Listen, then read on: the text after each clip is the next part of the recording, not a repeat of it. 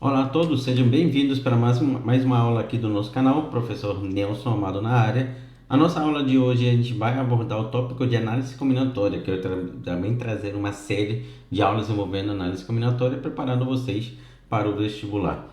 É importante que essa aula de análise combinatória ela seja bem introdutória, para que mais para frente, quando a gente começar a abordar alguns conceitos dentro da análise combinatória, fique claro para a gente compreender o que eu estou me referindo dentro de cada um deles. Então a gente vai abordar dentro dessa aula apenas alguns conceitos iniciais. E o que a gente define como análise combinatória nada mais é do que uma área dentro da matemática que vai me ajudar a estudar o número de possibilidades que algum evento tem de ocorrer. Quando eu digo evento, eu estou me referindo a N coisas possíveis. Por exemplo, aqui eu coloquei uma motivação para a gente. Essa motivação é o seguinte: de quantas formas distintas eu poderia me deslocar da minha casa para o trabalho? Essa aqui será a nossa motivação. Nesse caso, vou descer só um pouquinho isso daqui. A gente vai já trabalhar isso daí para a gente trabalhar com calma esse primeiro exemplo aqui. De quantas formas distintas o Nelson poderia se deslocar da sua residência ao trabalho? Veja bem, vamos imaginar nosso exemplo hipotético. Eu tenho aqui a minha residência localizada na cidade onde eu moro, aqui no Rio de Janeiro, a minha residência. Está aqui a minha casa, bem bonitinha. Aqui vou botar uma chaminé, uma porta, um desenho bem bonitinho para representar a minha casa. E aí veja bem, eu preciso sair da minha casa e me deslocar, por exemplo, até alguma estação rodoviária onde eu possa encontrar os trens, né? E aí, ou ônibus, seja lá o que for. Aí eu vou representar aqui uma estação rodoviária de ônibus. Vou fingir que eu estou me deslocando de ônibus até o meu trabalho, então isso aqui vai ser nosso ônibus. Eu vou precisar ir até uma estação para poder pegar ele. Tá aqui, o Nelson é muito bom desenhando, né? E aí a partir daí eu vou chegar e me deslocar até o meu lugar de trabalho, tá? Então vou fazer tipo um prédio fingindo que é o meu local de trabalho. Não sei por que eu dividi no meio, né? Tá aqui. Beleza. Isso aqui vai ser o meu local de trabalho. Trabalho. Pensa aqui comigo. Como é que o Nelson poderia se deslocar? Vamos supor hipoteticamente que para eu poder chegar naquela rodoviária central onde partem todos os ônibus que levam para todos os lugares do Rio de Janeiro, eu preciso me deslocar a partir de um outro meio de transporte. É claro, eu vou ignorar o fato talvez de eu poder ir direto para o trabalho indo de bicicleta, talvez de moto, carro. Vou fingir hipoteticamente que nesse exemplo a única forma que eu tenho de ir para o trabalho é pegar algum meio de transporte que me leve para a estação rodoviária central, onde eu vou pegar um ônibus que vai me levar diretamente para o meu local de trabalho. Vou até representar de uma outra cor, tá? Vamos supor que da minha residência até essa rodoviária central eu tenho algumas opções. Eu tenho alguns ônibus circulares que trabalham dentro do meu próprio bairro, vou chamar de O1, tá? Eu tenho uma opção de outro ônibus distinto que vai me ajudar a chegar ao meu local de trabalho, vou chamar de O2. Eu poderia pegar uma outra opção aqui que eu vou chamar também de O3 e assim sucessivamente. Vou fingir nesse exemplo hipotético que apenas tenho três opções de ônibus que vão me ajudar a sair da minha residência até a estação central. E aí, na estação central, eu serei obrigado a pegar algum ônibus que vai me ajudar a me deslocar direto para o local de trabalho. E aí, no caso, eu também tenho algumas opções de trajeto. Eu vou chamar de trajeto 1, que vai me ajudar a ir direto para o trabalho. Talvez um trajeto 2, talvez não seja tão rápido e tão eficaz quanto o número 1, que vai me ajudar a chegar. E eu vou colocar aqui um outro trajeto 3, que também vai me ajudar a chegar no local de trabalho. Nesse caso, veja bem, quais formas possíveis o Nelson poderia se deslocar da residência dele até o trabalho? Olha um trajeto que eu poderia fazer. Vou fazer ele aqui da cor verde. Eu poderia pegar a linha número 1 de ônibus que vai me deixar na estação central, tá? Lá na rodoviária central eu vou pegar o trajeto número 1. É uma das opções que eu tenho, concorda? E aí eu cheguei no local de trabalho. Então, vou até listar elas aqui. Eu peguei e eu disse, a primeira opção que eu tenho para poder me deslocar seria pegando o ônibus 1. Aí, beleza, peguei o ônibus 1, desci na estação de central e aí na estação de central peguei e utilizei o outro ônibus 1, que eu chamei de T1, uma linha vermelha. Acho que fica mais fácil da gente trabalhar esse exemplo com as linhas azuis, que vão me levar na rodoviária central, e as linhas vermelhas, que vão me levar para o trabalho, tá? Essa é uma opção.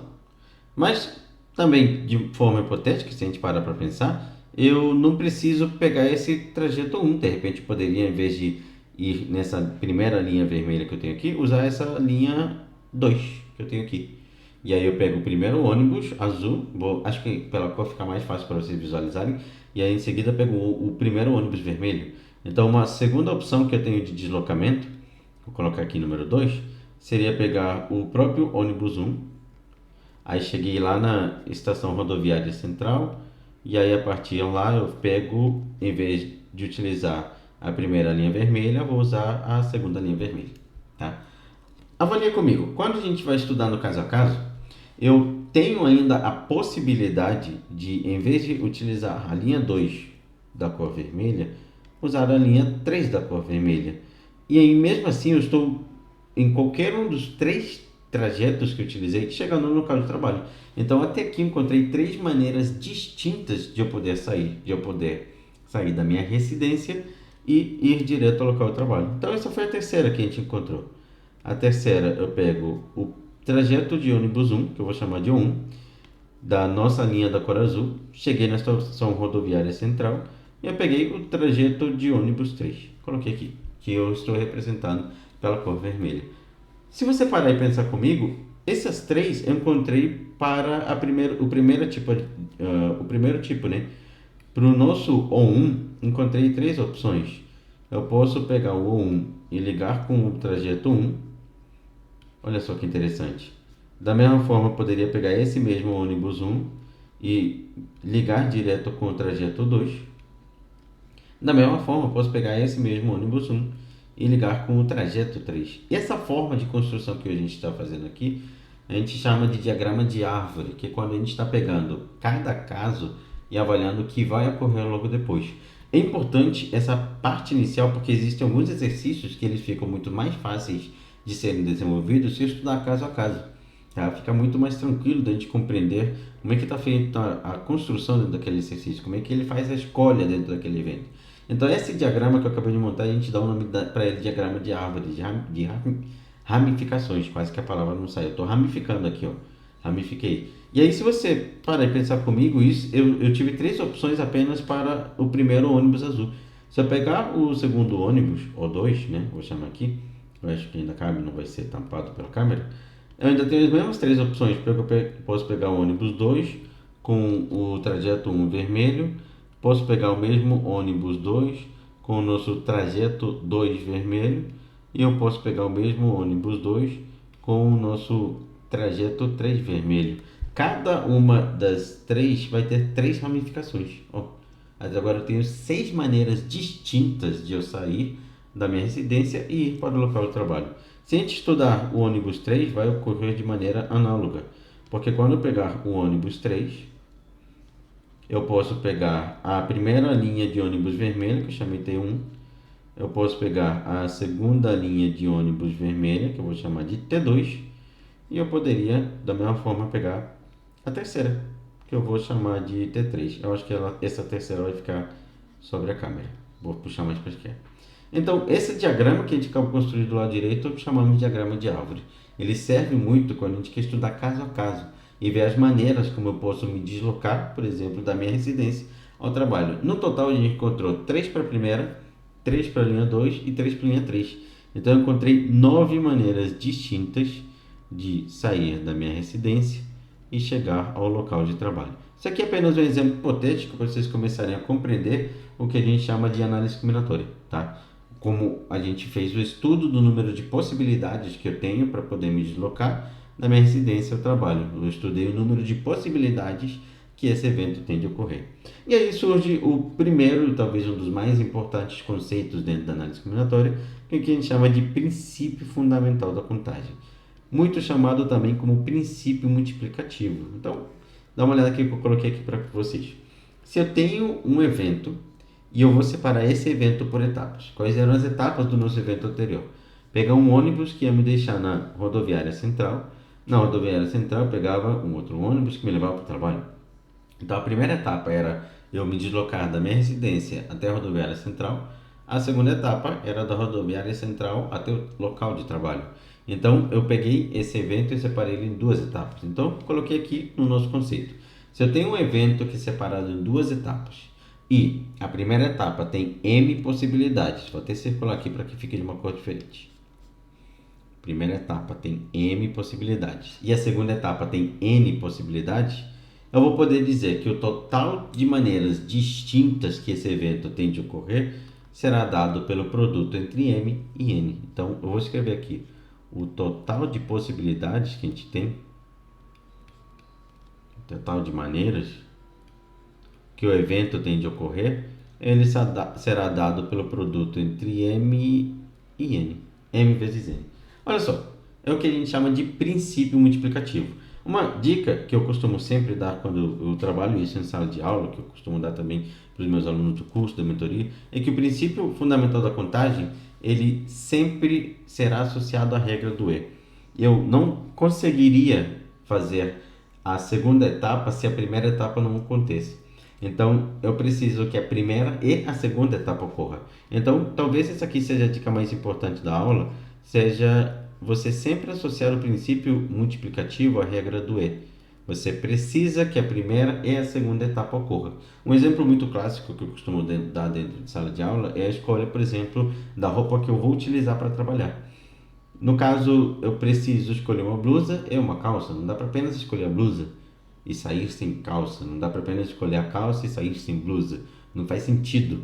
Então, o ideal é que ocorra a primeira etapa e a segunda. E sempre que surgir o E, nos exercícios, nos exemplos, nas próximas aulas que a gente for trabalhar, você vai ver que eu gosto de frisar a ideia de que é a regra do E aparecendo. Princípio multiplicativo. Então, associa sempre esse princípio fundamental da contagem ao princípio multiplicativo. E aí eu estou dizendo que o número de possibilidades do evento ocorrer é dado pelo produto. Então, no caso anterior, se você reparar, volto aqui no nosso exemplo, eu tinha 3 opções de trajeto que me levavam da minha residência até a tal da rodoviária central. Tinha 3 opções. Então, eu tinha 3 maneiras distintas da primeira etapa ocorrer. Aí, quando eu chegava na rodoviária central, eu tinha mais 3 maneiras distintas da segunda etapa ocorrer. 3 maneiras distintas da segunda etapa.